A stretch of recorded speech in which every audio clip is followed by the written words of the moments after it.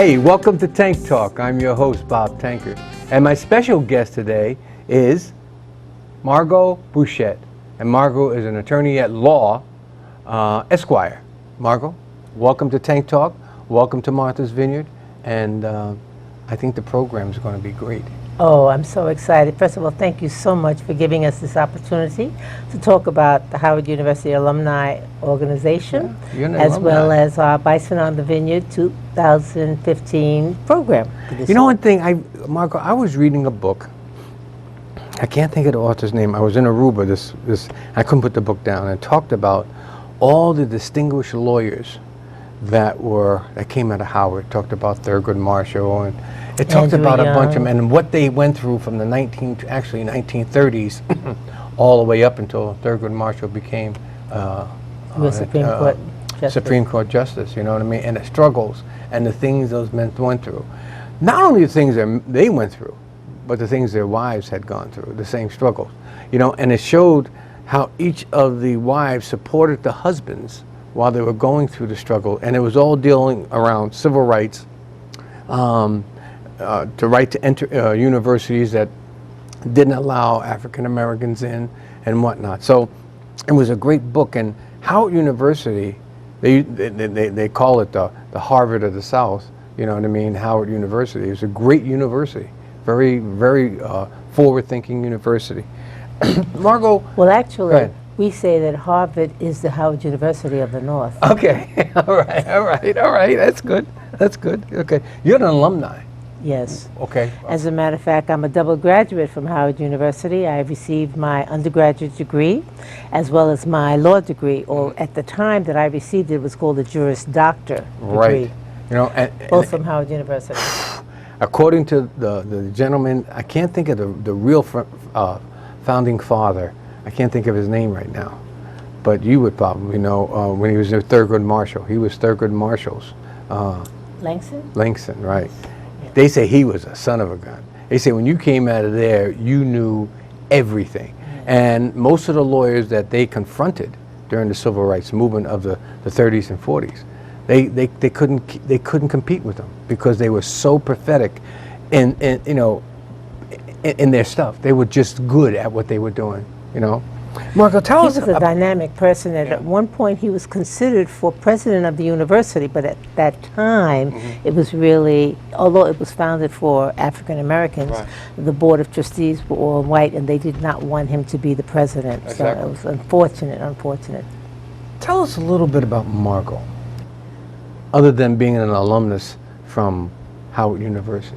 You know, where were you born? You know, and how did you get to Howard and stuff like that? Okay, well, right now there's a movie that just came out called Straight Outta Compton. Right. Well, we're able to massage that title to whatever you want, and I have mine on my Facebook, Straight Out of the Bronx. Okay. I was born and raised in the Bronx, in New York, and I have an affinity. Don't tell me you were a Yankee fan. Don't tell me you were a Yankee fan. I was a Dodger fan. Thank you. I'm a Dodger fan. I came out of Jersey, and I'm a Dodger fan. I was a Brooklyn Dodger fan. Love the Dodgers. That's right. Love the Dodgers. Well, nevertheless, I was born and raised in the Bronx, and the school that I went to at the time was considered a silk stocking school. It was Evander Childs High School, and after I went to college, I was able to renew acquaintances with a lot of my classmates. But nevertheless, I was raised by a single mother. And when I wanted to go to college, she said she just couldn't afford it. So I had to stay out of school a year and work. And I worked for a company that taught me a trade, for want of a better word. I became a key punch operator. Okay. And as a result of that, I was able to pay for my education by working as a key punch operator while I attended Howard University. All right. Then I went on to law school, and it's the best decision I ever made in going to Howard University. I am the mother of one daughter who was kicking and screaming, but she followed in my footsteps. She today is an attorney. Okay. And she wanted to go to some of the schools in California because by that time I had relocated to California. And she wanted to go to schools with some of her friends. And I said, honey, you can go wherever you want, but I'm only paying for Howard University. So she went To Howard University. to Howard University, and she said it was the best thing that I could have done for her. Right. And she plans for my grandchildren to attend Howard University. That's great. That is so great. You know, we talk about the program. Tell us a little bit about how this program evolved. It evolved because someone invited me to Martha's Vineyard maybe 12 years ago. My family and I used to vacation on Sag Harbor. Okay. And although Sag we were Harbor. invited many times to Right. Martha's Vineyard, because we went to Sag Harbor, we felt we didn't need to go to Massachusetts right. for Martha's Vineyard. But someone invited me about 12 years ago, and I came, and I fell in love with the island. Sag Harbor, if I can remember, my father and his mother and them back in the day, that was again a black sort of community of professionals that went to Sag Harbor. Is that right? Correct. And That's it's still correct. like that. It's still like that, even more so. Okay. Yeah. Nevertheless, somebody invited me and I came, and once I was on the island, I fell in love with it. It was so much more laid back It and is. more friendly than right. the other location where I okay. used to vacation. And I noted that there were Greeks and different black Right, right, right, right. organizations having activities, but although we had hundreds of Howard University alumni, our presence was not known on the island because we weren't doing anything organized. Right. So I said, we have to do something for Howard University. And the first thing we did on the island, I think about 11 years ago, was we put on a book signing, and it just happened to be, unbeknownst to me, a book signing for Tom Williams, who is Wendy Williams' father. Okay. Okay. And it was such a success that I said, let me go back to the Alumni Association, of which I'm a member, and say, why don't we do something organized on the Vineyard? And we've been doing it for the past 9 years officially. I tell you something. We're talking about an issue today. Black lives do matter. Okay. And the topic of the discussion is where we're going to be in 25 years. You know, President Obama has talked about, even before he became president, when he was running for the first term, he talked about having the conversation. Do you think the conversation is well overdue? Not only, yes, to answer Okay. your question, it's well overdue. And a lot of people try to counter our conversation with all lives matter. Well, I agree, all lives matter. But if all lives matter, why don't black lives matter? Black males are killed at the rate of 20 times white males. If all lives matter, why aren't black lives matter? Our black males are being arrested almost 7 times as many as white males. All lives matter, then make it known that black lives matter. And how we're going to, one of the reasons we're having this program is to help to educate the public. We also want to go on record that there has to be a change because they're trying their best to turn back the clock on us. You know, that's definitely, you know, I hate to say it, but when they talk about all this this political stuff that's going on, you know, they're talking about this border. You're going to put a wall up against the border. You know, I often think of the wall that went up between East Germany and West Germany after World War II.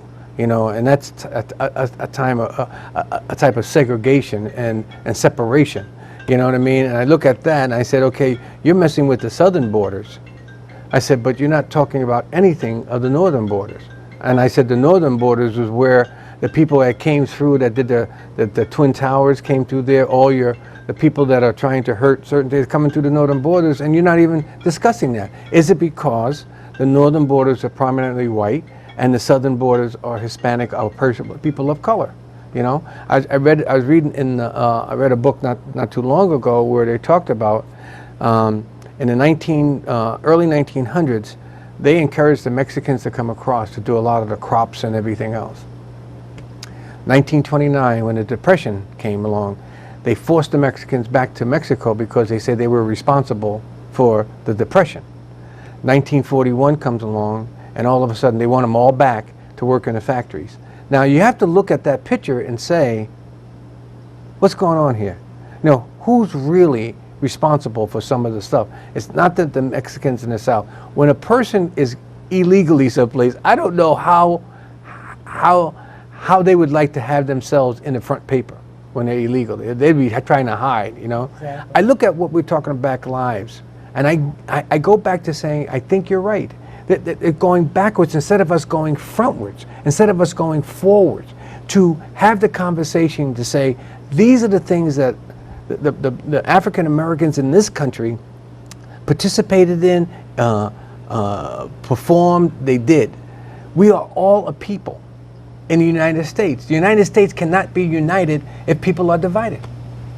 I wholeheartedly agree. And one of the ways that we will be able to make a change within the next 25 years is in new legislation and in impacting or enacting and carrying out current legislation. We have equal rights in this country, believe it or not. A lot of, I hate to call it majority, because right now all of the people of color are the majority. But however, media doesn't recognize us as a majority. And the quote-unquote majority won't recognize that we are actually equal. And this is why we have to reopen the dialogue and let everybody know, yes, all lives matter, but Black lives matter. You know, in 1865, the Civil War was over. From 1865, we had the Reconstruction period, where African Americans were allowed to go into Congress and the Senate. And then after that, again, a group of people said, no, we don't want this. So they restripped them of their rights. They started imprisoning them again and basically putting them back in slavery. Why can't the true history of the oppression of the Native American, the African American, the Hispanic American, why can't that truly be put out, discussed, and eradicated? Well, one of the reasons is because people of color are not in control of the media. We're not. Okay. And what is disseminated to our country, our citizens, is a filtered version of the truth. Okay. And I really can't say that it's of the truth. It's a filtered version of what they want us to hear and to know. And one of the things you were talking about what happened after the freedom of the slave, so to speak, was the burning down of the Black Wall Street in Oklahoma. One of the greatest travesties in our country. But a lot of people don't know about that. No, they don't. They don't know about that devastation that took place back then. You know what I mean? I spoke probably 5 or 6 years ago at the NAACP here, and we talked about Juneteenth. And most people would look at Juneteenth as a festivity time. Well, originally Juneteenth was festive as far as it went for people being freed, people going to find their family members throughout the South, okay? Liberating them, bringing them to a safe place, you know, developing an economic system in their society and educating everybody. And the ball games and the parties came later, but that wasn't the mainstream, you know. But they tried to make it look like, well, they just want to be a happy people. Well, everybody wants to be a happy people, but that wasn't it. They wanted to start. And then when you went as far north as Nova Scotia and parts of Canada, you will see some of the things that they wanted to accomplish. They were a little more easier to accomplish them there than they were in this country. Does the media, like you talked about, does the media hinder the conversation? I certainly believe they do. The media, with all due respect to this program, the media promotes what the owners want them to promote. I don't personally believe that we are a country of free speech anymore. Look at the Black Lives Movement. These people are practicing their constitutional rights to demonstrate, to free speech. The police, I believe we're becoming more of a police state.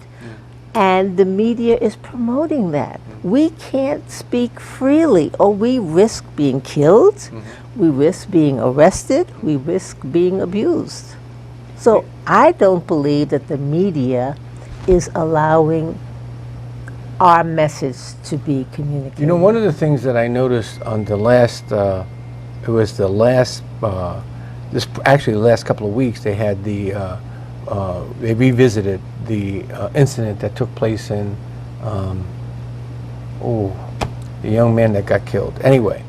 Ferguson, Ferguson, right?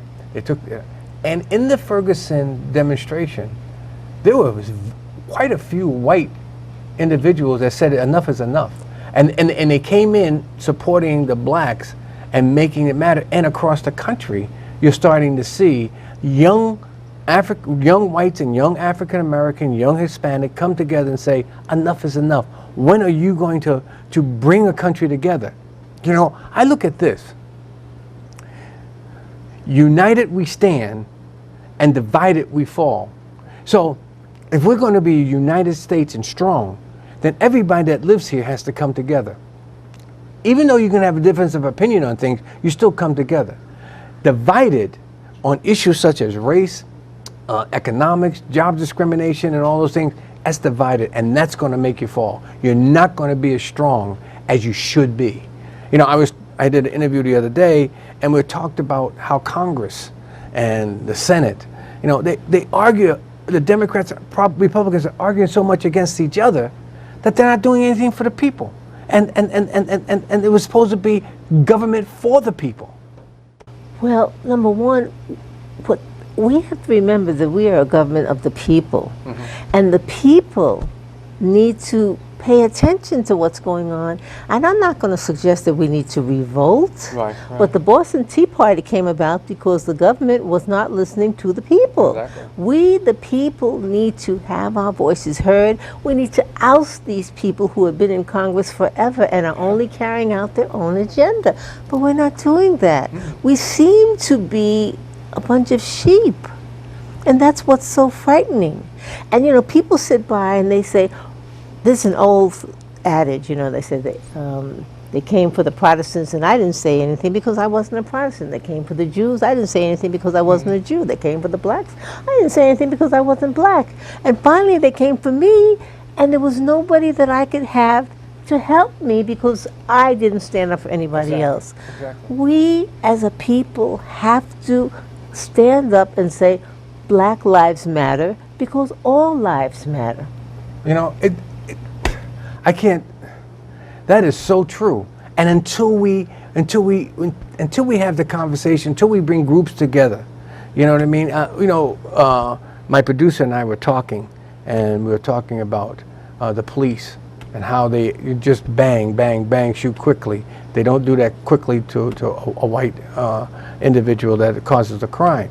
You know, but I'm wondering now is that if it's some of the racism things have infiltrated the police departments and different things, and saying, hey, this is a way for me to do what I need to do legally, and they're not going to do anything. You know, some of the stuff that's taken place, like the young gentleman in Cleveland that had a plastic gun. But everybody knows that when you see a red tip on a gun now, you know, it's not, it's a fake gun. It's a toy. A toy. You know, The police knew that. Yeah, but you know one thing, where are the stun guns?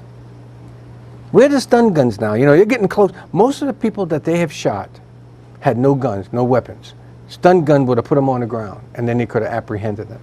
They don't use the stun guns like they should. But they did use the stun gun it was on the news, on the Boston news, on a couple of white guys. They stunned them and they went to the ground.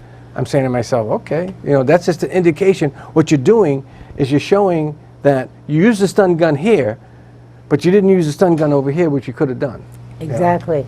And that's where we believe, you know, they talk about America now on Facebook and a lot of the social media, and America is spelled with 3 Ks. And it's frightening, but they are resurfacing. And if we don't come together as a people, we're going to have the clock turn back 50 years. 50 years. This is why the Black Lives Matter movement must be recognized that it's a movement, and it's not just something for the moment. It's a movement to wake us up. Later on this morning, we're going to be having panel discussions. Talk a little bit about what are those discussions going to be? Well, the discussions are going to educate the community. The discussions will be talking about what's going to happen to us as a group if in the next 25 years actions are not being taken to, number one, enforce our constitutional rights, number two, to create new legislation that's going to protect not only everyone, but specifically African Americans who are being killed and imprisoned at such an atrocious rate that we are going to be annihilated. And we are hoping through this program to get people to want to work together and spread the word about the Black Lives Matter. Black Lives Matter. Okay, now, you know, some people criticize the president, saying that he's not doing enough or this, that, and the other. I don't agree with that. I think that he's doing as much as he possibly can to bring to the attention. He's talking about having a conversation, and some people still don't want to have the conversation. That he talked about that. How does this and other platforms get to him, get to Congress, and get to the representatives, your governors, your town officials, to make things, in your police departments and whatnot? What educational factors need to take place so that we could make things happen? Well, first of all, we need to do more programs like this. We need to bring the attention to the Black Lives Matter movement. These groups, we're the freedom riders of today. Exactly. And what they're doing is trying to educate the public, trying to unify the public, trying to educate the public. It's going to get to the president. He sees what's going on. He does. He's the president of the entire country, Exactly. not just African Americans, and he's doing what he can. But we are a government where there are three phases: the executive, the legislative, and the judicial. There's only so much he can do because of the checks and balances. But what we have to do is make sure that our laws are being enacted to protect us, that new laws are being created where there are loopholes in the old laws, and then he can sign those laws into reality. You know, another point is our communities, our African American communities. What do we need to do to inform, educate our young people about what's going on? Well, first of all, we have to recycle the black dollar. That is one of our biggest problems. The money goes out of our community so fast. We need to support black businesses. We need to support groups like the Black Lives Matter movement. We need to educate each other. We need to come together because, as you said, divided we fall, together we're united. You know. Listen, I know we're getting ready to start a panel discussion, and Margo, it's been a pleasure having you here on Tank Talk. You have an open invitation. You have an open invitation. Howard University has an open invitation to Tank Talk at any time. Thank you so much. Thank you for coming in. I want to thank you for tuning in to Tank Talk. This is your host, Bob Tankard, saying good evening.